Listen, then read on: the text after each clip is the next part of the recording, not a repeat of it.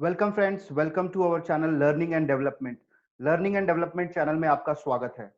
आज जो मैं वीडियो बना रहा हूँ, जो पर्टिकुलर वीडियो है, ये मेरे लिए इसलिए भी खास है क्योंकि इसमें मैं अपने एक्सपीरियंसेस भी शेयर करना चाहता हूँ। एंड ये मैं एक्सक्लूसिवली उन स्टूडेंट्स और अपने फ्रेंड्स के लिए बना रहा हूँ जो अपीयर कर रहे हैं CSEET का एग्जाम नवंबर मंथ में, या फिर फ्यूचर में भी जो अपीयर करने वाले हैं इस पर्टिकुलर एग्जाम को। नाउ ईयरली 4 टाइम्स ये एग्जाम कंडक्ट होगा। एंड फर्स्ट CSEET जो कंडक्ट हुआ, that was in August this year. So I also appeared for that, और उसके एक्सपीरियंसेस में मैं कुछ शेयर करने वाला हूँ इस वीडियो में, ताकि आप लोगों के लिए हेल्पफुल रहे। जनरली मैं अप्लाइड साइकोलॉजी के वीडियोस, किस तरह से साइकोलॉजिकल टूल्स एंड टेक्निक्स आप अप्लाई कर सकते हैं to achieve your desired result. तो यहाँ पे भी मैंने एक छोटा सा एक्सपेरिमेंट किया अपने लिए। छोटे छोटे जैसे हम चैलेंजेस लेते रहते हैं, तो ये एक मेरा खुद का एक छोटा सा चैलेंज था। And how I was able to apply the concepts of applied psychology. Lot of mental preparation is involved generally. So we'll go through this presentations and hope it will be useful for you. और ज्यादा से ज्यादा आप इसको अपने friends के साथ या अपने कलीग्स या नियर एंड डियर वंस जो भी अपीयर कर रहे हैं, एस्पायरिंग स्टूडेंट्स हैं जो नवंबर मंथ में अपीयर करना चाहते हैं, या फ्यूचर में भी जैसे next year those who are going to appear for this company secretary executive entrance test examination, उनके लिए हेल्पफुल रहेगा। तो आप ज्यादा से ज्यादा इस वीडियो को शेयर कर सकते हैं। And also to get lot of psychological stuff for training, और अपने सेल्फ इम्प्रूवमेंट के लिए आप इसको सब्सक्राइब भी कर सकते हैं इस चैनल को, जहाँ पे मैं ज्यादातर साइकोलॉजिकल कॉन्सेप्ट्स के रिलेटेड वीडियोस पोस्ट करता हूँ। And also I am making efforts की हिंदी और इंग्लिश दोनों ही लैंग्वेजेस में मैं डेडिकेटली सेपरेट वीडियोस पोस्ट कर रहा हूँ। So hope this brief part is clear. Now let us get into the journey. So let us start today's presentation. How to crack CSEET, my own experiences I am going to share. So the पहली slide, my experiences बहुत ही interesting है, and I am really feeling very happy to share all this things with you. 25th July 2020, I did the registration. I still remember that particular day. Payment करने के लिए, then there was, I have to go for a debit card. वो particular bank का debit card नहीं था. Then there was a payment this thing. So I was just concerned कि क्या करना है. And 27th was the last date, I think. So one of my friend who is a professional CS, he guided me and he told me कि let's do it यार, आज कर दो इसको, मंडे के लिए पोस्टपोन मत करो। देन आई टोल्ड ठीक है, चलो इसको कर देते हैं यार। सो 25th जुलाई को finally I was very happy, I successfully registered for that. And he actually suggested me कि दिस टाइम एग्जामिनेशन कंडक्ट हो रहे हैं, फर्स्ट टाइम ये इंट्रोड्यूस किया है, and because of the lockdown जो डेट्स हैं ये पोस्टपोन हो गई हैं और 27 तक है, तो अभी अपॉर्चुनिटी है, तो पोर्शन भी इजी है, you can go through it. तो I just glance the portion on Saturday. मैंने पोर्शन को देखा कि भाई स्टडी इसका जो एग्जाम का पैटर्न है ये है क्या, देखें जरा। तो जो मैंने उस पैटर्न को देखा, एग्जामिनेशन को देखा, तो आई फील एक्साइटेड। एंड मुझे लगा कि यार इसको किया जा सकता है। इट्स अ स्मॉल चैलेंज, थोड़ा सा उसमें एलिमेंट ऑफ चैलेंज था, तो मुझे लगा कि yes it is really going to be good. And fortunately it was not too costly for me. 1000 rupees थे, तो I was able to fill and I was able to look forward. तो मैंने कहा ठीक है, चलो let's go ahead for that. Then comes एक हफ्ते का डॉर्मेट पीरियड हो गया, रजिस्ट्रेशन कर दिया, अब क्या करना है। Then finally I have just gone through the study material जो अपनी वेबसाइट पे लोड की हुई थी इंस्टीट्यूट ने। तो उसमें डिटेल्ड स्टडी मटेरियल सिलेबस जो दिया हुआ था उन्होंने, they have already posted that syllabus. So what I did is I just went through the syllabus, the skeleton of that syllabus, very important. उसके बाद एक हफ्ता I have not touched the any study material or book. एक हफ्ते में total 27th जुलाई Monday से 3rd अगस्त तक आप देख सकते हैं। 27th July psychology I mention, I started doing lot of mental preparation कि यार इसको किया कैसे जाएगा, जो पर्टिकुलर सब्जेक्ट है, मेरी स्ट्रेंथ क्या क्या है, कौन सी चीजें मुझे आती हैं, कौन सी चीजें मुझे नहीं आती हैं, जहाँ पे फोकस करना है, कौन सी चीजें मेरी स्ट्रेंथ है, जो एग्जामिनेशन का पैटर्न है कैसा है। ये काफी सारी चीजें मैं विजुअलाइज करता था और एनालाइज करता था without getting into the actual subjects. जो पहले का जो मेरा नॉलेज था, वर्क एक्सपीरियंसेस और जो प्रीवियस स्टडीज वगैरह की थी। And one important factor is there, because I was also pursuing my LLB general during this time, so that gave me a confidence, क्योंकि उसमें एक पेपर 2 में little bit of law is also there, the legal part is also there, so that gave me confidence कि yes, most of the things I have gone through it. the English and the business communication part also was, you know, there. So I felt that कि काफी सारी चीजें जो हैं ये हो जाएंगी, and then that is how I move ahead. But there was a lot of mental preparation. एक हफ्ते mental preparation चल रही थी कि यार इसको कैसे किया जाएगा and all those things. Then finally जब मुझे एक strategy समझ में आ गई कि इसको crack कैसे करना है, then on 3rd August I actually started my preparation. और मैं during the presentation I will discuss किस तरह से मैंने फोकस किया. तो मेरे पास तकरीबन 20-25 दिन का टाइम था. Like 29th the examination was scheduled, and first 14 days 2 weeks, first 2 weeks काफी फोकस करके स्टडी हुई, इंटेंस स्टडी करी. लेकिन जब there was lot of you know proctor mode was there, we had to download the software, and काफी सारा confusion था, तो उसकी वजह से काफी थोड़ा सा यू नो फोकस हट जा रहा था. And then what was happen कि एक्चुअली मैंने 3 हफ्ते का टारगेट किया था पढ़ाई के लिए, लेकिन 14-15 डेज ही हो पाया इंटेंस पढ़ाई. बट 1 वीक लास्ट का मैंने रिवीजन के लिए रखा था. That was a good part. So 22nd को एक मॉक टेस्ट था जो अपीयर किया. उसके बाद और थोड़ा सा कॉन्फिडेंस आया कि हाँ हो जाएगा. बट द फैक्ट वाज जो मॉक टेस्ट के जो क्वेश्चंस थे और जो मटेरियल था, that was not up to the mark. जो फाइनल टेस्ट में जो मटेरियल आया था, जो क्वेश्चंस आए थे, द लेवल थे उनके, और जो मॉक टेस्ट था, there was a huge difference.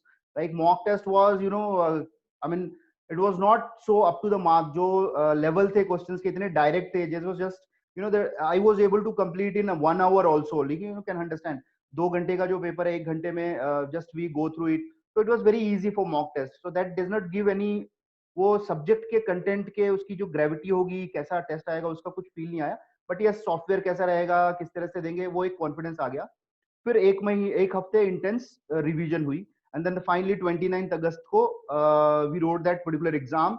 I was able to complete the paper in almost 90 minutes में हो गया मेरा. वैसे 120 है, but 90 minutes में हो गया था. And last minute में there was some kind of, you know, connectivity issue. I was concerned that submit option was not coming. So somehow when I press the button, it shows that successfully submitted, and that successfully submitted, you know, was that indication for me to stay, you know, happily for up to results तक के time तक मैं आराम से रह सकता था. Because I was ना element of doubt and concern था कि पता नहीं हुआ कि नहीं, बिकॉज काफी सारा कंफ्यूजन क्रिएट हो गया था लास्ट 1 वीक में, जब किस तरह से टेस्ट होगा एंड ऑल दो थिंग्स. सो एक ऑप्शन यहाँ पे आया था 14th अगस्त के लगभग, एक अपॉर्चुनिटी बन रही थी जहां पे बताया गया था कि आप इसको नेक्स्ट नवंबर में भी पोस्टपोन कर सकते हैं, you can write. So that thought came in my mind, but I was so clear and so focused. मैंने कहा यार इंटेंस, एक हफ्ते 10 दिन की एक इंटेंस तो प्रिपरेशन करनी पड़ेगी, तो वो अभी करो या फिर बाद में करो, वो पर्टिकुलर टाइम देना ही पड़ेगा. तो then I took a call कि नहीं, let me go through it, and then you know एक एक्सपीरियंस किया जाए इसको. And then the finally 17 September जो अपना result आया, and you know the kind of excitement to see that particular result was as good as my previous 10th 12th and engineering results. I mean, that experience, those people who have actually written that particular things then only can understand. So ये मेरी छोटी सी experience मैंने बताई. Exam के time पे, during the examination time, एक छोटी सी मैंने स्ट्रैटेजी चेंज की थी. What I did is mock test वगैरह या जो भी प्रिपरेशन में मॉक टेस्ट की प्रैक्टिस वगैरह करता था, उसमें क्या करता था मैं, first paper, second paper, third paper और फोर्थ पेपर फ्लो में जाता था. लेकिन इस बार मैंने थोड़ी स्ट्रैटेजी चेंज कर दी थी एग्जाम में on the spot. I made up my mind and I was very sure कि ये मुझे करना पड़ेगा. And what I did is immediately I just went to paper 3. तो पहले मैंने पेपर 3 कंप्लीट किया, and then followed by paper 4. फिर मैं पेपर सेकंड में आया, फिर मैं पेपर 1 में आया. So this is like last minute जब हम कुछ चेंजेस करते हैं, you know, you had also seen. So last minute में मुझे लगा कि नहीं यार, ये कुछ यू नो मुझे कुछ करना पड़ेगा. बिकॉज इट वाज लाइक अंदर से एक आ रही थी फीलिंग कि ये जो पेपर जो है, इसको इस तरह से जाने में ज्यादा एफिशिएंसी मेरी अच्छी हो जाएगी and although things. So I did that in the last moment, my own these things, and finally the result came. So I'm going to discuss my entire journey. So hope this is clear. Now थोड़ा सा syllabus के बारे में discuss कर लेते हैं, ताकि जो स्टूडेंट्स अपीयर करने वाले हैं नवंबर मंथ में, उनको थोड़ा सा ब्रीफ आइडिया हो जाएगा. वैसे तो they would have gone through the entire stuff, but फिर भी briefly, business communication, legal aptitude and logical reasoning paper 2. Paper 3 is economic and business environment. Paper 4 आपका current affairs, presentation and communication skills. अब यहाँ पे क्या है, generally जब हमने फॉर्म भरे थे, पेपर जब देने के लिए तैयारी हुई थी, तो इट वाज दैट कि वाइवा वॉइस होगा, सो मेंटली प्रिपेयर थे कि भाई वाइवा वॉइस होगा, बट सडनली लास्ट मोमेंट में न्यूज आया कि वाइवा वॉइस कैंसिल हो रहा है और उसके बदले प्रेजेंटेशन एंड कम्युनिकेशन स्किल्स डालेगी। तो थोड़ा सा एलिमेंट ऑफ डाउट, कंफ्यूजन वगैरह था कि ये क्या चीज है, but it's okay because presentation and communication skills was my strength, तो मुझे उतना फर्क नहीं पड़ा, प्रॉब्लम नहीं हुआ। एंड वाइवा वॉइस होने से भी it is also good, you know, it's scoring thing. But यहाँ पे जो वाइवा वॉइस है फोर्थ सब्जेक्ट में, ये काफी स्टूडेंट्स जो यहाँ पे साइकोलॉजिकल फैक्टर्स भी आता है, क्योंकि थोड़ा सा आपका जो हेजिटेंट है इंग्लिश, स्पोकन इंग्लिश के प्रति, या आपके जो खुद के सेल्फ कॉन्फिडेंस या सेल्फ एस्टीम कह लीजिए, सेल्फ कॉन्सेप्ट कह लीजिए, ये जो चीजें हैं, थोड़ा सा आपको कॉन्फिडेंट होना पड़ेगा generally. Even though you are good in subject and all, कभी कभी क्या डिलीवर करने में and you know to execute करने में थोड़ा सा यू नो साइकोलॉजिकल बैरियर्स आ जाते हैं, तो उसको ओवरकम करना पड़ेगा। तो मेरी यही सजेशन रहेगी स्टूडेंट्स जो भी नवंबर में लिख रहे हैं, पता नहीं अभी वाइवा वॉइस होगा या नहीं होगा लास्ट मिनट में, बट अभी ये मान के चलिए कि वाइवा वॉइस होगा, तो जनरली थोड़ा सा आप लोगों को प्रैक्टिस करना पड़ेगा। स्पोकन इंग्लिश का आप प्रैक्टिस कर सकते हैं, प्रेजेंटेशंस वगैरह एंड रीडिंग वगैरह की कॉम्प्रहेंशन की थोड़ा सा आप प्रैक्टिस कीजिए, बिकॉज प्रैक्टिस करने से बेनिफिट होगा, अदरवाइज थोड़ा मुश्किल हो सकता है वहां पे if you are not so confident on that. So by virtue of my experiences and walking throughout, and I generally get into a lot of learning and development activities, तो ये चीज मेरी डेवलप हो चुकी है actually. Okay, so let us gate into the subject number one. Business communication में 50% weightage English का है, प्योर इंग्लिश है, और उसके अलावा जो सेकेंड पार्ट है इसका वो बिजनेस टर्मिनोलॉजीज है। तो ये पेपर जब मैंने सिलेबस जैसे कि मैंने बताया देखते ही मुझे समझ में आ गया कि यार इसमें 20 मार्क्स स्कोर करना तो हो जाएगा, ये कोई बड़ी बात नहीं है, इसको जस्ट गो थ्रू कर लेंगे एंड हो जाएगा kind of things. So that was done because we have to score 20 minimum in all subject and total should be 100. That was the criteria. So I thought कि ये हो जाएगा। Second है legal aptitude and logical reasoning. अब logical reasoning मेरा strength है, तो मैं चैलेंज करता हूँ अपने आप को कि यार जितने भी लॉजिकल रीजनिंग के क्वेश्चन आए, एक दो अगर गलत हो या हो, but I will try to go maximum. तो जो भी mathematical numerical ability, logical reasoning throughout the career, previous जो भी हमने प्रीवियस एग्जाम्स दिए हैं, जो भी कोचिंग्स वगैरह करते हैं, तो ये स्ट्रेंथन एरिया है मेरा। तो मुझे लगा कि ये, and I was also doing LLB general, तो लीगल एप्टीट्यूड काफी सारी चीजें जो फर्स्ट ईयर के सिलेबस होते हैं हमारे, मोस्टली बहुत जनरल था ये, तो दैट वाज आल्सो कॉन्फिडेंट, तो यहाँ पे भी कुछ इश्यूज नहीं था। एंड जो थर्ड सब्जेक्ट है इकोनॉमिक एंड बिजनेस एनवायरनमेंट, ये जो था ये मेरे लिए टोटली न्यू सब्जेक्ट था, ये मेरे लिए चैलेंजिंग था, और इसी की वजह से मैंने ये चैलेंज लिया था। तो that is also a very interesting journey, I will be discussing इसके लिए हमें क्या स्ट्रेटेजी क्रैक करनी है। Then comes the current affairs and presentation and communication skills. तो करंट अफेयर्स तो मेरा वीकनेस है, ये तो मुझे क्लियर है कि यार करंट अफेयर्स की जो बाउंड्री है ना बहुत बड़ी है, और क्या पूछेगा पता नहीं है यार। एंड उसमें अगर आपको 20 का वेटेज था इसका और 30 का प्रेजेंटेशन स्किल्स का था, तो मैं स्ट्रेट अवे पहले ही मैंने डिसाइड कर लिया था कि यार presentation and communication skills, viva voice हो या कुछ भी हो, 30 on 30 या 25 तो अटैक करना है। बिकॉज करंट अफेयर्स में आई एम नॉट श्योर 5-10 अगर मार्क्स आ जाते हैं तो बड़ी बात है, बिकॉज बाउंड्रीज वेयर बिग, सो काफी सारा पोर्शन है, वी डोंट नो कहाँ से आएगा क्या आएगा। But I put lot of efforts, जब मैंने प्रिपरेशन करी करंट अफेयर्स की तो काफी इंटरेस्टिंग लगा मुझे।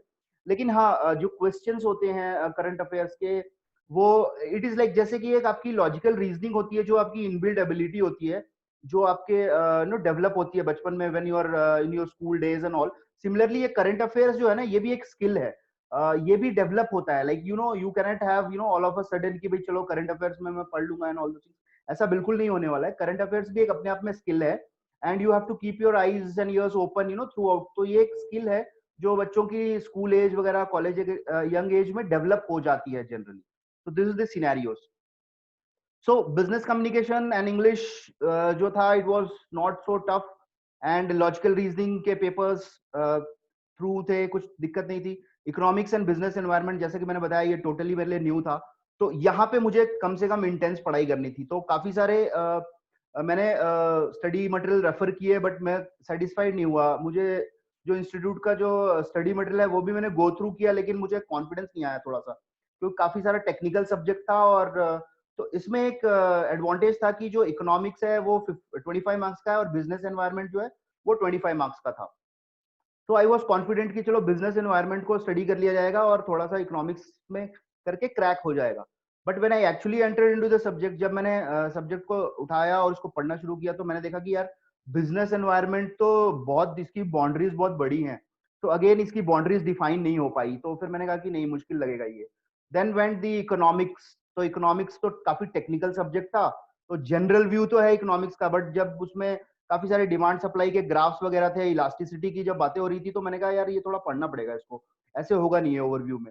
सो मैंने फिर डेडिकेटेड टाइम अलोकेट किया इकोनॉमिक्स एंड बिजनेस एनवायरनमेंट के लिए फोकस करके। तो मैं डेली इंटेंसली इसको पढ़ाई करता था, नए नए टॉपिक्स को स्टडी करता था, कंस्टेंटली रिवीजन करता था, और बाकी के जो मेरे टॉपिक्स थे वो गो थ्रू करता था। तो ये तो मेरी स्ट्रेटेजी थी, क्योंकि मैंने अपनी स्ट्रेंथ और वीकनेसेस देख लिए कि कहाँ पे क्या करना है। तो मोर और लेस प्रिपरेशन शुरू करने से पहले ही पेपर 1, पेपर 2 और पेपर 4 मेरा क्लियर था।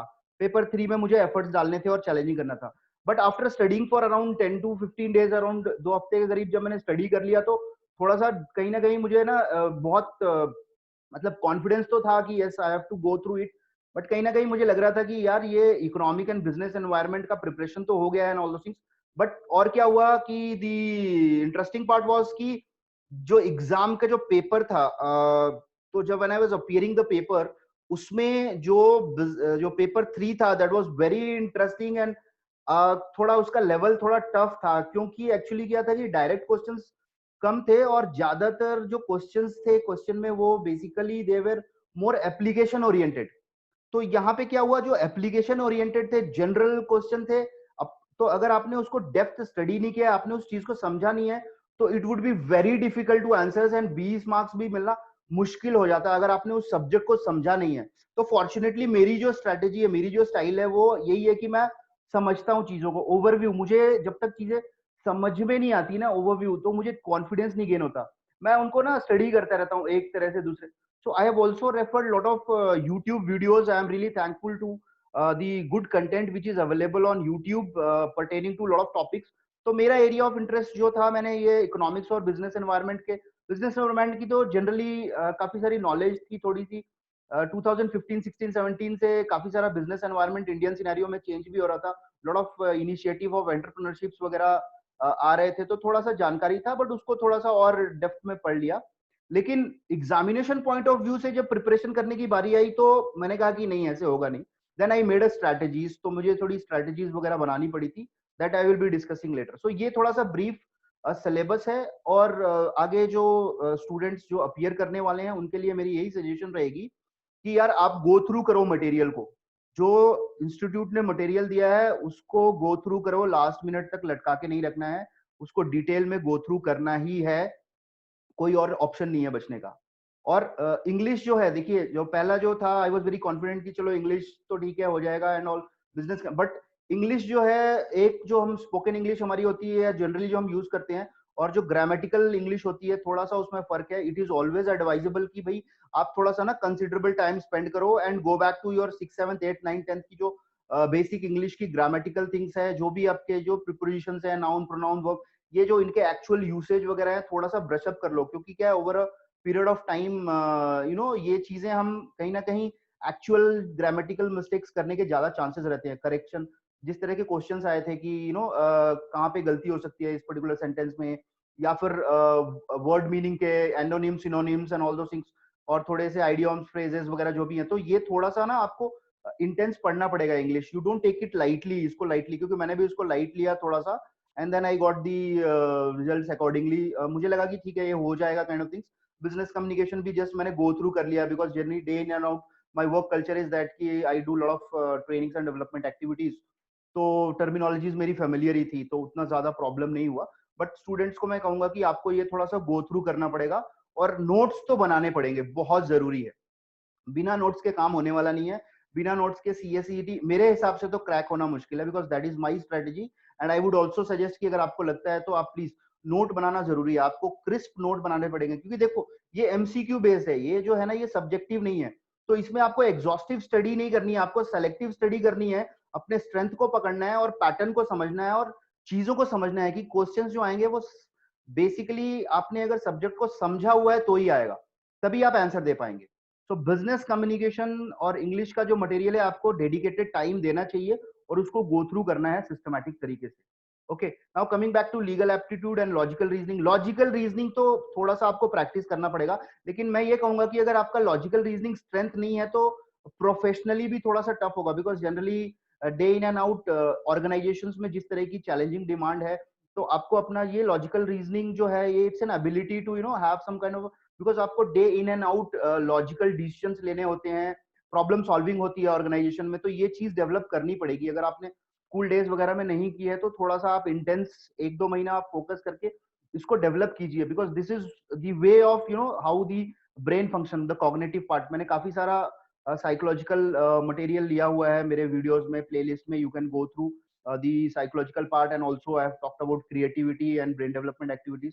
तो वहां पे आपको मिल जाएगा कि लॉजिकल रीजनिंग तो आपका स्ट्रेंथ होना ही चाहिए, अगर नहीं है तो उसको इम्प्रूव कीजिए। Then comes the legal aptitude. So legal aptitude, yes, जो भी इस प्रोफेशन में आना चाहते हैं, तो like I was very confident, because जैसे मैंने बताया कि when I was going through the general law के पेपर्स वगैरह में पढ़ रहा था, तो काफी सारा इंटरेस्टिंग न्यू कंटेंट मिला मेरे को और कोरिलेट हुआ सिनेरियो से। तो it is really a very interesting subject as such, और इसकी जितनी ज्यादा नॉलेज हो डेप्थ में, आप इंटरेस्ट के हिसाब से पढ़ सकते हैं। अगर इंटरेस्ट ही नहीं है सब्जेक्ट में तो मुश्किल हो जाएगा। सो आपको जानने के लिए पढ़ना है, you have to have a overview. So contracts वगैरह जो थे, बेसिक कॉन्ट्रैक्ट्स और टॉर्ट्स के जो टॉपिक्स थे, वो काफी इंटरेस्टिंग थे, और ओवरव्यू आपको थोड़ा सा समझना है, समझना है, रटना नहीं है। मगअप तो नहीं करना है, बिल्कुल ये तो क्लियर है, मगअप नहीं करना है। मगअप करोगे तो आप पेपर लिख नहीं पाओगे, आप पेपर में जाओगे आपको समझ में ही नहीं आएगी यार क्वेश्चन आया कहाँ से है, क्योंकि आपको क्वेश्चंस को, एक एक क्वेश्चन को ध्यान से पढ़ना होगा और सोचना भी है कि यार पूछ क्या रहा है, बिल्कुल ध्यान से करना है। इस बार मैं ये एंश्योर किया था कि मैं पेपर में ध्यान से बैठूंगा और एक एक क्वेश्चन को पढ़ के मैं आराम से लिखूंगा। So that is what I did this time. And economic and business environment, economics and business environment के बारे में तो मैं यही कहूंगा कि ये जो सब्जेक्ट है, this can be your deciding factor. ये बहुत ही ज्यादा वेटेज कैरी करेगा आपके फाइनल रिजल्ट में। तो इसको तो आप नोट बनाओ और गो थ्रू करो और रिवाइज करो, बहुत ज्यादा इंटेंस रिवीजन करने की जरूरत है। देन करंट अफेयर्स, जैसे कि बताया मैंने कि अगर किसी का करंट अफेयर स्ट्रेंथ है तो बहुत अच्छी बात है। और प्रेजेंटेशन एंड कम्युनिकेशन स्किल्स में इस बार ज्यादातर इंग्लिश के रिलेटेड क्वेश्चन है, तो आई think I have did well. And viva voice अगर है तो थोड़ा सा आप लोग प्रैक्टिस करो, क्योंकि चांसेस हैं कि वाइवा वॉइस ही रहेगा होपफुली। एंड करंट अफेयर्स में जो स्टडी मटेरियल है वो तो पहले गो थ्रू कर लो, उसमें से 4-5 मार्क्स में भी 6-7 मार्क्स भी आ सकता है। But apart from that you can also refer the news channels and थोड़े से ब्रोशर्स वगैरह जो भी आते हैं, थोड़ा सा just it's a skill. I just told कि ये एक स्किल है। करंट अफेयर्स मेरा स्ट्रेंथ नहीं है, तो I can not give much scenario in that, but मेरा स्ट्रेंथ जो प्रेजेंटेशन एंड कम्युनिकेशन स्किल्स है, क्रैक करने के लिए आप इसको स्ट्रेंथन करो, ये रिलेटिवली इजियर है। करंट अफेयर्स की बाउंड्रीज थोड़ी बड़ी है, सो द चांसेस दैट कि आप you will be able to crack most of the things. Very few people who have got this strength, they can do it. So this is a brief on the CS syllabus. Now my result, I would like to share my result. Interesting. Paper 1 I got 31 out of 50. I was expecting around 38 to 40, but as you told rightly कि मैं थोड़ा सा इसको light ले लिया कि चलो English और बिजनेस कम्युनिकेशन है। And this was the paper in which I was expecting कि ये तो मेरा ज्यादा रहेगा, मैक्सिमम इसी में रहेगा मेरा, but it happened the other way around. Paper 2 39 out of 50। So legal aptitude और लॉजिकल रीजनिंग, जैसा मैंने कहा था मेरा लॉजिकल रीजनिंग स्ट्रेंथ था, तो आई डिड ऑलमोस्ट वेल, काफी मजा आया पेपर्स देके। लॉजिकल रीजनिंग के क्वेश्चंस भी बहुत सिंपल थे। Logical, I tell you one thing, the difficulty level of the paper is not so difficult. ये उतना डिफिकल्ट एग्जाम नहीं है, ये बहुत ही एक एवरेज, अबव एवरेज एग्जाम कह सकते हैं आप इसको। इसकी डिफिकल्टी, इसकी क्या है, बाउंड्रीज थोड़ी सी बड़ी है और इंटेंस थोड़ी सी आपको फोकस करके तैयारी करनी पड़ेगी। स्पेशली पेपर 2 जो है, it is not you can easily go through it. I mean आपका जो वेटेज है 25 मार्क्स का, ऑलमोस्ट जो दिया हुआ है वो लॉजिकल रीजनिंग का है, तो वो आप कर सकते हैं। And that is also important, आपको डेवलप करना चाहिए। Then apart from that legal aptitude on an average, above average अगर आपका है, एक दो चीजें आपकी इधर उधर गलत हो गई तो you can always score a good things. So that was also my strength subject. इसमें भी मैंने 40 टारगेट किया था कि हो जाएगा यार, ये कुछ नहीं है। तो almost I am happy for that I got good things. Paper 3 33 out of 50. This is the happiest moment in my examination. जो होल जर्नी मेरी रही है, जो सबसे हैप्पीएस्ट मोमेंट है मेरा यही है कि यार ये challenge, because this is the challenge I have taken.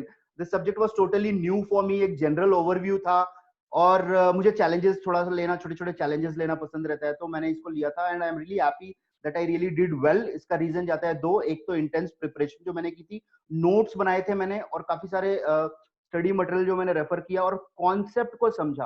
पहले मैंने क्या सोचा था कि मैं बिजनेस एनवायरनमेंट वगैरह कर लेता हूँ, उसमें 25 मार्क्स आ जाएगा और इकोनॉमिक्स के एक दो क्वेश्चन में ऐसे ही कर लूंगा, बट मुझे कहीं ना कहीं रियलाइज हुआ कि नहीं यार, ऐसे गड़बड़ हो जाएगी।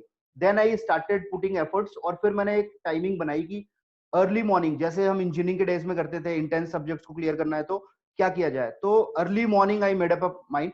2 हफ्ते नॉन स्टॉप मैंने क्या किया, 4 to 6 का टाइम मैंने स्लॉट रख दिया। 4 साढ़े 4 बजे उठ गया, बैठा, और इकोनॉमिक्स पे सिर्फ ध्यान दिया, टोटली न्यू थिंग्स, वो demand supply, GDP, NDP, all those concepts were there. तो काफी इंटरेस्टिंग कॉन्सेप्ट थे। और उसके अलावा जो हमारा फाइनेंस के जो सिस्टम है बैंक्स वगैरह के, मतलब it was so interesting thing. मतलब मुझे इतना इंटरेस्ट आया सब्जेक्ट में, बिकॉज इंटरेस्ट आएगा तो आप उसको समझोगे। एंड देन जो भी नए कॉन्सेप्ट्स थे उनको मैंने स्टडी किया, because that is my strategy. तो फोकस करके उसको स्टडी किया और रिवाइज किया। तो आप लोगों के लिए भी मैं यही सजेस्ट करूंगा, जो भी स्टूडेंट एस्पायरिंग कर रहे हैं, नवंबर वगैरह में देना चाहते हैं एग्जाम, या फ्यूचर में देना चाहते हैं, पेपर 3 को नेग्लेक्ट मत कीजिए। और पेपर 3 की भी बाउंड्रीज बड़ी हैं, और आपको ओपन रखना पड़ेगा। ये करंट अफेयर से भी ज्यादा डेंजरस है। करंट अफेयर्स के अलावा आपको ये भी करंट अफेयर्स की तरह ही है कि आपको इन एंड आउट क्या हो रहा है, what is happening in and around. क्योंकि काफी सारे जो क्वेश्चंस थे वो इस तरह से पूछे गए थे कि आपको अवेयर होना पड़ेगा कि अभी हमारी जो फाइनेंशियल सिनेरियोज हैं, बिजनेस इकोनॉमिक्स, हमारा जो इंडियन इकोनॉमिक सिनेरियो चल रहा है, अभी क्या क्या चीजें हो रही हैं उसमें। तो यहाँ पे थोड़ा सा आपको फोकस्ड और ध्यान देने की जरूरत है, और ये आपका डिसाइडिंग फैक्टर बन सकता है। Paper 4, I am very, very happy because I really did what exactly I wanted. 35, what I was expecting. And I think maybe 30 on 30 is what I have achieved in communication and business. जो skills, communication and presentation skills का था, because that was very easy as for my this thing, because वो I understand that it was from 7th 8th standard के level का communication था। अगर आपकी थोड़ी सी इंग्लिश स्कूल में ठीक है, जनरल इंग्लिश, तो आप इसको क्रैक कर दोगे, ये कोई बहुत डिफिकल्टी नहीं है। एंड हाँ, वाइवा वॉइस अब जैसे आने वाला है, तो थोड़ा सा you will have to practice it on that things. And with this I am really happy. And then finally this is what 138 out of 200। So I am really happy कि मेरा जो इंटरनल टारगेट था कि भाई 30 30 30 का हिसाब रखेंगे, 30 से कम नहीं लाने किसी सब्जेक्ट में, तो वो मैंने एक अचीव किया। बट समवेयर अराउंड 144 और so is what I was expecting. मेरी जो इंटरनल चैलेंज उन्होंने लिया था, तो कहीं ना कहीं मुझे लगता है कि पेपर 1 जो है वो आई हैव मिस्ड समवेयर, जो मुझे around 38 35 36 maybe around 6 marks और so I should have got. Paper 3 I target around 30 की, भाई 30 लाना है, क्योंकि मेरे इंटरनल टारगेट थे। And this is what is, so I am very happy and excited about my results. And really मैं बहुत खुश हूँ, मुझे काफी अच्छा लग रहा है कि यस आई डिड इट, और ये मेरे लिए जो चैलेंज था मैंने इसको अचीव किया। And now finally I have cracked, and now I am looking forward for the CS executive in June 2021 पे जो प्रोसीजर्स हैं। So it's a journey, now journey has started, and let us see how it is going to be there, because I am really looking forward for it. So अब यहाँ पे आती है बात कि भाई स्ट्रेटेजी क्या थी। मेरी स्ट्रेटेजी जो थी, माई स्ट्रेटेजी, एज यूजुअली मैं अपने सारे वीडियोस में बताता हूँ कि सक्सेस का जो मेरा जो मंत्र है वो है साइकोलॉजी प्लस मैथोडोलॉजी। तो साइकोलॉजी में आपकी जो मेंटल प्रिपरेशन है ना, ये बहुत जरूरत है। ये इसके बगैर काम होगा ही नहीं, आप अचीव कर ही नहीं पाओगे। You attend lot of coaching classes, आपने 1000 बुकें पढ़ ली, you do whatever you, but ये जो साइकोलॉजी अगर आपका मिसिंग है ना, 80% वेटेज तो ऑलमोस्ट यहीं से आता है। अगर ये मिसिंग है बॉस, ये हो नहीं पाएगा, please understand. So mental preparation बहुत ज्यादा जरूरत है। मेंटल प्रिपरेशन में आपके सारी चीजें आ जाती है कि आपका सेल्फ कॉन्सेप्ट कैसा है। आई have made a detail video on self concept, आप स्टूडेंट्स उसको जाके देख सकते हैं। थोड़ा you can get motivated yourself, और आपको अपने आप को अलाइन करना होता है। आप जो सोचते हो और आप जो फील करते हो वो एक ही डायरेक्शन में होना चाहिए। ये नहीं कि आपने सोचा कि यार कर देंगे, लेकिन मन में कहीं डर लग रहा है कि यार हो नहीं पाएगा। तो that is not what you say, what you do, what you feel, what you think, all should be in same line. तो इतना इंपॉर्टेंट है मेंटल प्रिपरेशन। तो this is what I did, मैंने मेंटल प्रिपरेशन पे focus किया। और yes, during the next 3 4 हफ्ते के बीच में, जो काफी छोटा टाइम था, मतलब ऑलमोस्ट 3rd अगस्त से लेकर 20, तो it was almost 3 to 4 weeks की जो जर्नी थी मेरी। इसमें काफी अप डाउन आए, थोड़ी सी टफ लग रहा था, थोड़ा सा कहीं ना कहीं लग रहा था कि यार हो नहीं पा रहा है, टाइम कम है, and all those things was there. But I kept on focusing on the mental preparation. Mental preparation में मैंने मेथोडोलॉजी बताई थी कि बॉस, मैंने अपने आप को बोल दिया कि क्रैक तो करना है यार इसको, अब मेथोडोलॉजी ढूंढो। सो मैंने माइंड को काम दे रखा था कि भाई डेवलप करो आप कि इसको कैसे करना है। तो जैसे कि मैंने बताया कि बिजनेस इकोनॉमिक और उसमें चैलेंजेस आए, तो उन्होंने एक मेथड बताया कैसे करना है। So I made lot of notes, I tell you very sincerely, I made up lot of notes. काफी सारा मैंने रिटन वर्क किया, लिटरली मैंने लिखा उसको 2 3 बार मैंने रिवाइज किया, फंडे समझे मैंने, और जो ग्राफ थे उसके जो अपने जो अपना what is that demand and supply के जो ग्राफ्स थे, सो इंटरेस्टिंग, इलास्टिसिटी के ग्राफ्स इतने अच्छे लगे मुझे, इतने फंडामेंटल्स इतने क्लियर हैं वो। तो मुझे अपने फिजिक्स के वेलोसिटी और एक्सेलरेशंस के ग्राफ्स याद आ गए, to be honest. And I am really very very happy to share this strategy with you. ये स्ट्रैटेजी और ये जो सक्सेस मंत्र है ना, ये आपको किसी भी फील्ड में काम आएगा। आपकी जो मेंटल प्रिपरेशन है ना, वो बहुत इंपॉर्टेंट होती है, क्योंकि बेसिकली क्या, कोई भी चीज हम अचीव करते हैं तो पहले वो माइंड में अचीव होती है, फिर दोबारा रियलिटी में आती है। तो मैंने कहीं ना कहीं माइंड में अचीव कर लिया था कि यस, हो जाएगा यार। बट जैसा कि मैंने आपको बताया, कहीं ना कहीं when you really work on that, तो कुछ ना कुछ ऐसी चीज होती है जो आपको वो अचीव करा देती है। And I don't know, I really develop my strategy, I made lot of notes, I have done lot of revision. And when I was going for work, जब मैं मतलब थोड़ा टाइम कंस्ट्रेंट था, तो I was very busy schedule, थोड़ा मेरा busy था, I was stuck up in lot of assignments. And ये वीडियो भी मैं काफी पहले बनाने वाला था, लेकिन I was stuck up with some other assignments on training and development. So today I got an opportunity finally, तो मैंने कहा ये जल्दी से जल्दी शेयर किया जाए अपने फ्रेंड्स और स्टूडेंट्स के साथ, ताकि उनको बेनिफिट हो सके। तो जब मैं वर्क के लिए जाता था morning and evening, so 45 minutes to 1 hour के बीच में मुझे ट्रैवलिंग टाइम लगता था। तो मैं अपने व्हीकल में लगा के रखता था, ऑडियोज सुन लेता था मैं। और ज्यादातर मैंने ऑडियोज रिलेटेड टू मेरे वीक एरियाज जो थे, इकोनॉमिक्स के, और थोड़े से लीगल जो थे, लीगल सब्जेक्ट्स थे, उनके बारे में भी मैं अप डाउन सुनता रहता था। तो इस बार क्या हुआ कि ट्रैफिक जाम वगैरह में भी कहीं फंसे तो कोई अंदर से स्ट्रेस नहीं आ रहा, because I am gaining somethings, you know. So I was like, I had to develop a methodology. I have told very clearly my mind कि बॉस ये करना है। तो उसके लिए उसने मुझे एक मेथड बना के दिया, and I kept on working on that. My mind kept on giving suggestions कि भाई ऐसा करना है, लास्ट में ये स्ट्रेटजी करनी है, पहले स्ट्रेटजी करनी है, एंड ऑल दो थिंग्स। जो मॉक टेस्ट थे, 5 के 5 मॉक टेस्ट मैंने सारे सॉल्व किए, बट उनसे ज्यादा फायदा नहीं हुआ, बट कॉन्फिडेंस गेन हुआ, क्योंकि जो टोटल जो फाइनल एग्जाम के क्वेश्चन थे, वो माय गॉड टोटली डिफरेंट थे। वो मतलब they were, you know, like I can't explain the experience. जब मैं एग्जाम दे रहा था, मैंने कहा यार क्या ये, कैसे इसको फोकस करना है। ड्यूरिंग द एग्जाम मैंने अपने आप को होल्ड करके रखा नर्व्स को। एंड टू बी ऑनेस्ट, जैसे मैंने आपको बताया कि जैसे मैं एग्जाम दिया, सारे एग्जाम्स में 1 2 3 4 पेपर कर रहा था, पता नहीं all of a sudden how I got some kind of signal या इंट्यूशन। मुझे एक आया, क्या आया, मुझे लगा कि नहीं यार, ये जो पेपर 3 है ना, ये डिसाइडिंग फैक्टर होने वाला है। इनफैक्ट मैंने अपने फ्रेंड को भी बोला था कि यार ये पेपर 3 वाला जो है ना, इसको थोड़ा फोकस करना पड़ेगा। And you will not believe, मैंने जैसे ही पेपर शुरू किया, जब मैं पोर्टल में गया, मैंने स्टार्ट एग्जाम, इमीडिएटली मैंने कुछ नहीं सोचा और इमीडिएटली मैं सीधा पेपर 3 पे गया।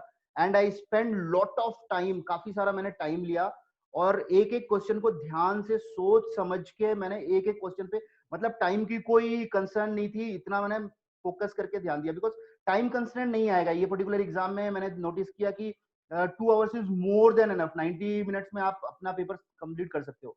तो मैंने देखा कि जब हम फर्स्ट या सेकंड पेपर कर देते हैं, थोड़ा सा एग्जॉस्ट हो जा रहे हैं, और थर्ड पेपर काफी इंटरेस्टिंग है। So I don't know how it happened, ये क्यों हुआ, शायद maybe, you know, I had lot of things, I don't know exactly, but एक मेरे को थॉट आया कि यार ये मैं करूंगा। And then immediately 10 15 minutes before the examination ये थॉट आया था, and I did that. Third paper मैंने फोकस करके खत्म किया, then I went to the fourth paper. ये दोनों को करने के बाद then I went to the second one, and then finally on the first one. So this is the methodology which I have developed. How intense I did my preparation. मैंने 4 हफ्ते सोचे थे मोटा मोटी कि 4 हफ्ते मिल जाएंगे, लेकिन बीच में कहीं क्या हुआ, 18th 19th अगस्त के बाद वो मॉक टेस्ट और सॉफ्टवेयर डाउनलोड करो, ये सब चक्कर में थोड़ा सा क्या हुआ, माइंड डिस्ट्रैक्ट हुआ। एंड एक्चुअली 3 हफ्ते ही मिले इंटेंस स्टडी के लिए। तो 2 हफ्ते मैंने इंटेंस स्टडी करी, एंड एक हफ्ता डेडिकेटेड मैंने रिवीजन किया। तो this was my strategy. Now what to do, मेरे हिसाब से मेरी एक्सपीरियंसेस जो है मैं ये शेयर कर रहा हूं। अगर ये आपको वर्कआउट होता है तो yes, you can also apply. Minimum marks जो है 20 हैं इंस्टीट्यूट की तरफ से कि आपको लगना है, लेकिन मेरी ये सजेशन है कि आप पहले दिन से ही मान के चलो कि यार जो सब्जेक्ट होगा ना, उसमें 30 मेरा इंटरनल टारगेट रहेगा यार। 30 मुझे करना है, 30 से कम आए तो मतलब नहीं है कोई। And I tell you frankly कि ये जो पेपर्स हैं, it is not tough to score in this range. तो आप अगर वो 20 25 के लिए सोचेंगे, थोड़ा पेपर टफ हो गया या इधर उधर हुआ, तो again you know, and the total should be 100 and all, वो कैलकुलेशन में पढ़ना ही नहीं है। 30 टारगेट मान के चलना है, अपने ब्रेन को सिग्नल देना है कि बॉस तेरे को 30 लेके आना है। You find out a methodology for that. You have to ask your brain कि भाई मेरे को 30 लाना है, मेथड डिस्कवर करो आप मुझे मेथड्स डिस्कवर करके दो, and this will find you methods, आपको वो मेथड बताएगा। लेकिन हाँ, अब आप उसको करोगे नहीं करोगे ये अब आपकी पर्सनालिटी पे डिपेंड करेगा। So there is lot of psychology involve in that. I have also made a video on level of aspiration वगैरह के बारे में मैंने बताया है, मैं लिंक इस वीडियो में डाल दूंगा, please go through it, get motivated, get yourself charge, understand your hidden potentials, look for a challenging, look for a higher purpose, और कर सकते हो आप। ये exam is not one of the toughest exam, ये आराम से क्रैक किया जा सकता है थोड़ा फोकस और स्टडी करके। हाँ, जैसा कि मैंने बताया आपको, जनरल एबिलिटी और जो भी जो बेसिक इंग्लिश वगैरह है स्कूल लेवल पे अगर आपकी थोड़ी अच्छी है तो good, it is good for you, it is an added advantage for you. अगर नहीं है तो थोड़ा सा आपको इंटेंस कोचिंग और प्रिपरेशन करनी पड़ेगी। Okay, now as I was talking to you, जो second point मैंने यहाँ पे लिया है, paper 3 can be deciding factor boss, I am telling you very very frankly, paper 3 deciding factor होगा आपके फाइनल रिजल्ट में। इसको ही डेडिकेटेड करना है, इसको इग्नोर मत करना, बिकॉज इसके जो क्वेश्चंस थे मैंने देखे, वो क्वेश्चंस स्टूडेंट्स को डेफिनेटली टफ पड़ेंगे, because those people who are giving after 12th by virtue of और एक्सपीरियंसेस एंड ऑल, थोड़े से क्या है, हमें स्ट्रेटेजी हो गई। जब मैं मटेरियल गो थ्रू कर रहा था तो मुझे आइडिया लग रहा था कि कहाँ कहाँ से क्वेश्चंस बन सकते हैं, because that is how I am also into learning and development field. तो मुझे समझ में आ रहा था कि यार यहाँ बन सकता है क्वेश्चन, यहाँ बन सकता है। बट जब मैं पेपर 3 के क्वेश्चंस देखे तो मुझे समझ में नहीं आया कि ये कहाँ से उन्होंने दिए हैं, टू बी ऑनेस्ट। थोड़े समय के लिए लगा कि यार ये टोटली आउट ऑफ है, बट देन आई रियलाइज तो वो आउट ऑफ नहीं था, basically it is more of the concept based था वो। So this is very very important, paper 3 को आपको कॉन्सेप्ट बेस्ड समझना पड़ेगा, रटना नहीं है, please understand. Third one is go through the study material in detail. मैंने जो फर्स्ट मैंने जैसे बताया कि इंग्लिश वगैरह का जो स्टडी मटेरियल था, मैं थोड़ा गो थ्रू नहीं किया, लेकिन लास्ट में 1-2 दिन पहले मुझे लगा कि यार गो थ्रू करना चाहिए, तो थोड़ा सा ऊपर ऊपर से मैंने गो थ्रू किया, तो उसमें काफी सारे टर्मिनोलॉजीज थे, आइडियाम्स, फ्रेजेस वगैरह थे, तो उसको गो थ्रू करो वेल इन टाइम में। अभी आपके पास सफिशिएंट टाइम है, I think it is more than a month और so I think a very good, आप अक्टूबर से स्टार्ट कर सकते हैं preparation. You have good 5 to 6 healthy weeks are there, you can really focus and strategy बना के आप नवंबर में ही क्रैक कर सकते हैं। And the idea is that first go में अपना बेस्ट दीजिए, बिकॉज फर्स्ट गो में generally it's a human tendency कि फर्स्ट गो में अपॉर्चुनिटीज इतनी अच्छी होती हैं कि फर्स्ट गो में ही you should give your best. Okay, so go through the study material well in time. And the fourth one जो मेरा फेवरेट और मोस्ट इंपॉर्टेंट है, and I still remember one of my teacher use to tell always, don't read without understanding. और ये जो है ना, ये सक्सेस मंत्र है बॉस। आप कोई भी सब्जेक्ट ले लो, I today I study any book and although things, अगर आप उसको अंडरस्टैंड नहीं कर रहे हो तो मजा ही नहीं आता, समझ में ही नहीं आता है। तो don't read without understanding. Word meaning पकड़ लो, आपने एक पेज पकड़ा, उसमें 1-2 पर्टिकुलर वर्ड्स नहीं आया आपको, मीनिंग ढूंढने में थोड़ा ध्यान दो। अभी आजकल तो इंटरनेट है, गूगल पे आप उसके मीनिंग्स जान सकते हो। So the moment you understand the meaning of the word, your job is done. वो पूरा पेपर ही समझ में आ जाएगा, पूरा का पूरा पेज समझ में आ जाता है। 2-3 वर्ड्स की वजह से क्या होता है, कभी कभी पूरा का पूरा लेसन ही समझ में नहीं आया होता है, और जैसे ही आपको उसका मीनिंग समझ में आ जाता है, यू अंडरस्टैंड, अच्छा ये this is there already, I know it यार, आई कैन कोरिलेट।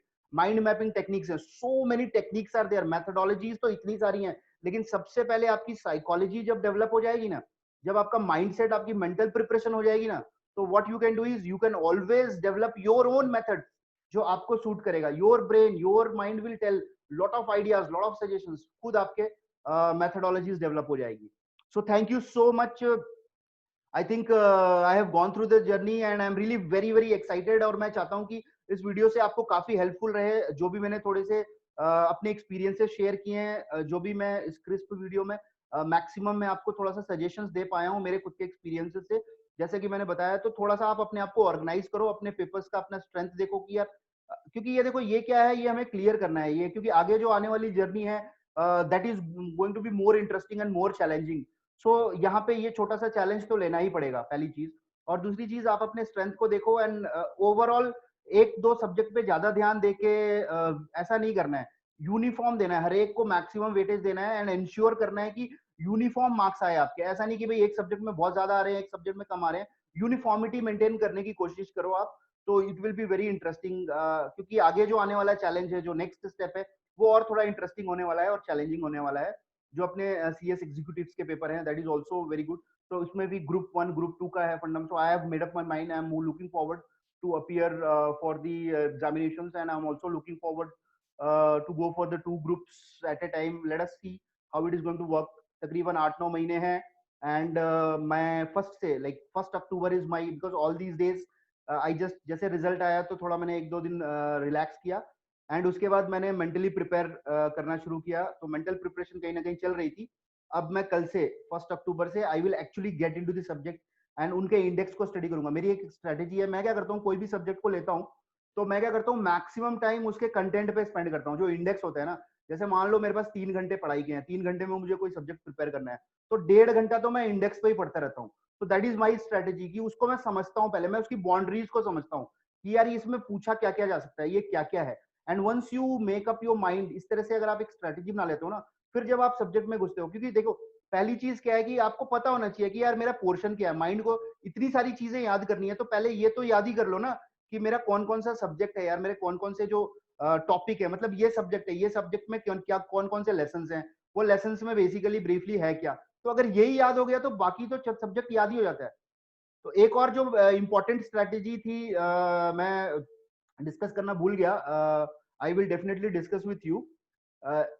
ये एक 3 लेयर स्ट्रेटेजी मैं जिसको बोलता हूँ, काफी सारे मेरे स्टडी स्किल्स वगैरह वीडियो आप रेफर कर सकते हैं, उसमें मैंने थोड़ा सा काफी सारा स्टडीज के बारे में बताया। लेकिन एक जो स्ट्रेटेजी जो मैं बताना चाहता था आपको, एक 3 लेयर स्ट्रेटेजीज होती है मेरी, जो मैं स्टडीज करता हूँ सब्जेक्ट, आप उसको अप्लाई कर सकते हो। जैसे फॉर एग्जाम्पल आपके पास मान लीजिए 3 दिन का टाइम है और आपके पास 3 सब्जेक्ट हैं, तो आपको उनको पढ़ना है। तो जनरली क्या होता है कि एक सब्जेक्ट आज पढ़ लिया, एक सब्जेक्ट, तो इसमें क्या होता है 3 लेयर स्ट्रेटेजीज में मैं क्या करता हूँ, फर्स्ट डे में तीनों सब्जेक्ट को पढ़ लिया जाएगा। फर्स्ट बाउंड्री, उनकी ओवरऑल बाउंड्रीज को पढ़ लेना है। मतलब ये बता रहा हूं मैं आपको कि आपको क्या करना है कि आपको अपने कोर्स को कम से कम 3 बार कंप्लीट करना है। मतलब एक बार सुपरफिशियली फर्स्ट लेयर में पूरे इंडेक्स वगैरह पढ़ लिए, कंटेंट पढ़ लिए, सारे सब्जेक्ट पढ़ लिए, उसके अंदर है क्या। देन आफ्टर दैट जब आपका लगेगा, तो इससे क्या मैसेज क्या जाएगा ब्रेन को मैसेज जाएगा कि यार पोर्शन कंप्लीट हो गया overall.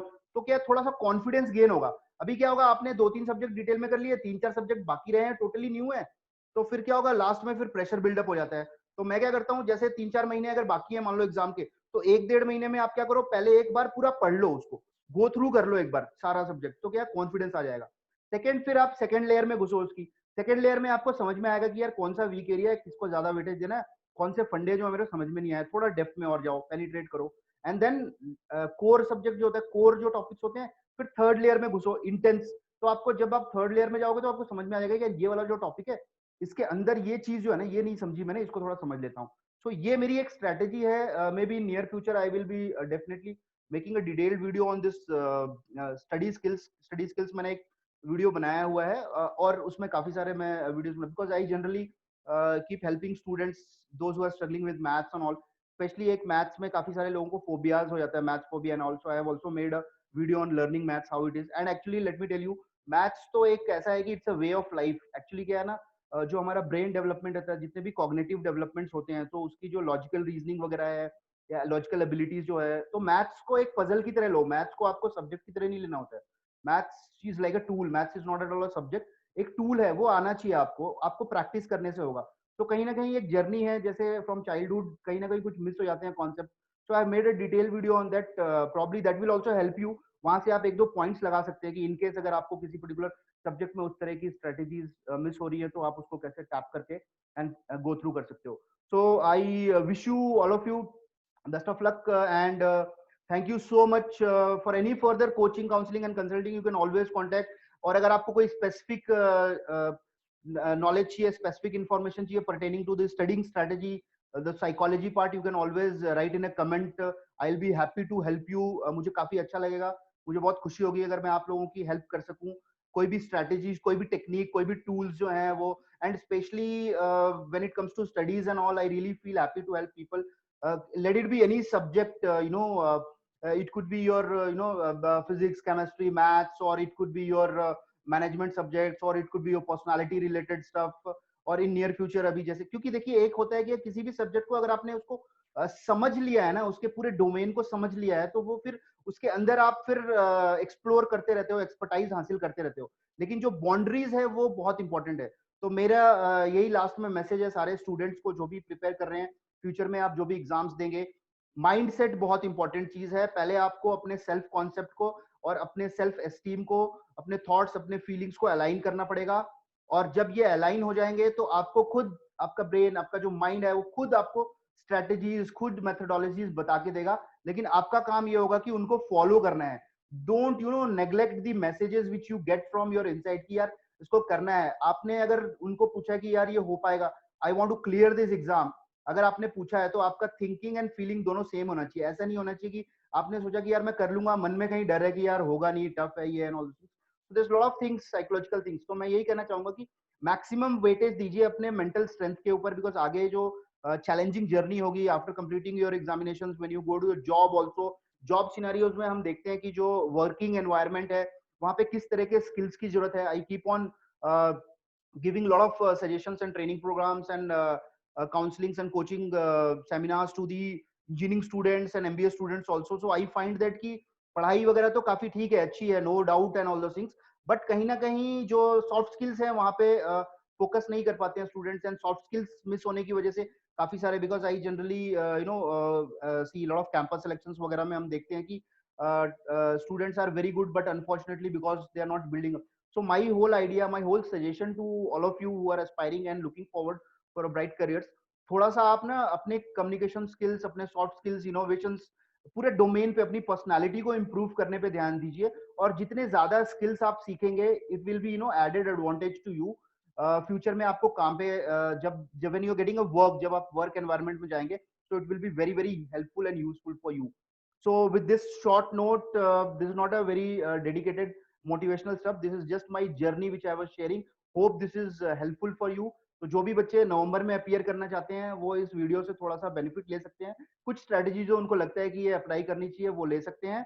And also I request you, please इसको शेयर कीजिएगा नियर एंड डियर वंस को, क्योंकि इससे हेल्पफुल हो सकता है जिनको भी, जो भी एग्जाम्स दे रहे हैं नियर फ्यूचर में या अभी आने वाले समय में जो एग्जाम्स स्टूडेंट्स देने वाले हैं। सो thank you so much. For any coaching, counseling and consulting, as I have told you, you can always contact me. Or please, I would be really happy if you can comment आपके जो भी weak areas हैं pertaining to this CSEET exam के, जो भी मेरी experience है, जो भी मेरे नोट्स हैं, I would like to share. और जो भी मेरी स्ट्रेटजीज थी, मैं कोशिश करूंगा कि वो स्पेसिफिक चीजों पे आपको हेल्प कर सकूं। क्योंकि देखिए ये एमसीक्यू बेस्ड है, तो यहाँ पे हमें एग्जॉस्टिव स्टडी के साथ साथ हमें ये ध्यान रखना है कि एमसीक्यू बेस्ड क्वेश्चंस आएंगे यार, तो हमें थोड़ा सा सेलेक्टिव भी स्टडी करना है और फोकस करना है कि कौन से एरियाज में से क्या पूछा जा सकता है। And focus more on understanding, understanding करो, सब्जेक्ट को समझो, होलिस्टिक अप्रोच को समझो, क्योंकि ये बहुत छोटा सा है। मैंने देखा ये जो पोर्शन दिया है बहुत छोटा, क्रिस्प और डोमेन है, क्योंकि आगे आने वाली जो जर्नी है, जो प्रैक्टिकली जो सीएस के जो प्रोफेशनल्स हैं, the way they are working in the organisation, like I recently came in touch with the CS professional, so close to understand the working style and all. So definitely आपकी logical abilities, reasoning and the challenges, mindset, ये काफी मतलब एक healthy personality, overall development, subject knowledge के साथ साथ आपको एक पर्सनालिटी ग्रूमिंग चाहिए। साइकोलॉजिकल फैक्टर्स बहुत इंपॉर्टेंट आएंगे, how to lead, how to solve the problems day in and out. आपको ऑर्गेनाइजेशन में कुछ ना कुछ इश्यूज आएंगे, प्रॉब्लम्स आएंगे, तो आपके साइकोलॉजिकल फैक्टर्स बहुत इंपॉर्टेंट होने चाहिए। How well you are able to deal with the people, emotional intelligence कैसा है आपका, कम्युनिकेशन स्किल्स कैसी है, एंड इंग्लिश ऑफ कोर्स बहुत इंपॉर्टेंट है। जो इन्होंने डाला है, जो इंस्टीट्यूट ने जो पोर्शन और जो पैटर्न एग्जाम का दिया है, उसमें एक weightage, maximum weightage English language को दिया गया है। उसका एक ही रीजन है कि yes, you are going to have, you will feel that कि इंग्लिश लैंग्वेज कितनी इंपॉर्टेंट हो जाएगी आपको। तो कहीं ना कहीं अगर थोड़ा सा आपका वीक एरिया है तो उसको ब्रश अप करना शुरू कर दीजिए, क्योंकि once you get into the job and start working, lot of stuff, lot of literature आपको आएगा पढ़ने के लिए, लॉट ऑफ करस्पॉन्डेंस आएंगे जो इंग्लिश लैंग्वेज में होंगे, और उनकी टर्मिनोलॉजीज थोड़ी सी डिफरेंट होगी, जो आपको अपग्रेड करना पड़ेगा, वोकेबलरीज को अपग्रेड करना पड़ेगा। Right, so thank you so much once again. I am really very happy, finally मुझे इतनी खुशी हो रही है कि मैं ये वीडियो कंप्लीट कर पाया, क्योंकि काफी सारे असाइनमेंट्स थे मेरे ट्रेनिंग, लर्निंग एंड डेवलपमेंट के, और मैं इसको पोस्टपोन कर रहा था, लेकिन फाइनली मैंने ये सोच रखा था कि मैं इसको बनाऊंगा, आप लोगों के साथ डेफिनेटली शेयर करूंगा, so that you will get lot of benefit out of it. और आज मैंने ये कंप्लीट किया है, तो आई am really very very happy. और नियर फ्यूचर में भी now my journey for CS executive has started. कल से मैं शुरू कर रहा हूँ अपनी जर्नी, तो वो जर्नी में भी मैं चाहूंगा कि I will look forward to have the my people who have already cleared along with this जो अपीयर कर रहे हैं, तो I will be getting in touch with the people who are preparing, because ये एक ग्रुप स्टडीज और थोड़ा सा स्ट्रेटेजीज के साथ इसको जाना पड़ेगा। Alone it will be really tough, so I need to figure out कि किस तरह से इसको हम टैकल कर सकते हैं। और जो बच्चे नवंबर में अपीयर हो रहे हैं या फ्यूचर में अपीयर हो रहे हैं, डेफिनेटली ये बहुत अच्छी गोल्डन अपॉर्चुनिटी है आपके लिए। और ये एग्जामिनेशन जो इंट्रोड्यूस किया है इंस्टीट्यूट ने, ये बहुत अच्छा इनिशिएटिव स्टेप है, अच्छा कॉन्सेप्ट है, क्योंकि this will give you a lot of confidence. और जो इसका कंटेंट है, जो इसका पैटर्न है, really very very good, and आप वो वर्किंग कल्चर को देखते हुए रखा गया है। And clearing this, let me tell you, it is not so tough. आप अगर थोड़ा सा फोकस करेंगे, स्टडी ओरिएंटेड है, यू वैल्यू एजुकेशन, आपके कोर वैल्यूज में एजुकेशन है, आपको लगता है कि हाँ यार पढ़ाई करनी चाहिए थोड़ा सा इंटेंस, और आप कॉन्सेंट्रेशन वगैरह कर पा रहे हैं, तो थोड़ा सा आप फोकस करेंगे तो आपको एक स्ट्रेटेजी समझ में आएगी। माइंडसेट का बहुत बड़ा रोल रहेगा इसमें, right? So thank you so much, and please share this video as much as you can with your near and dear ones so that they can get benefited out of it. And also if you want to attend the other psychological videos जो भी मैं self improvement पे डालता हूँ psychology से related, you can subscribe the channel, playlist में you can go through and watch these videos. Thank you so much.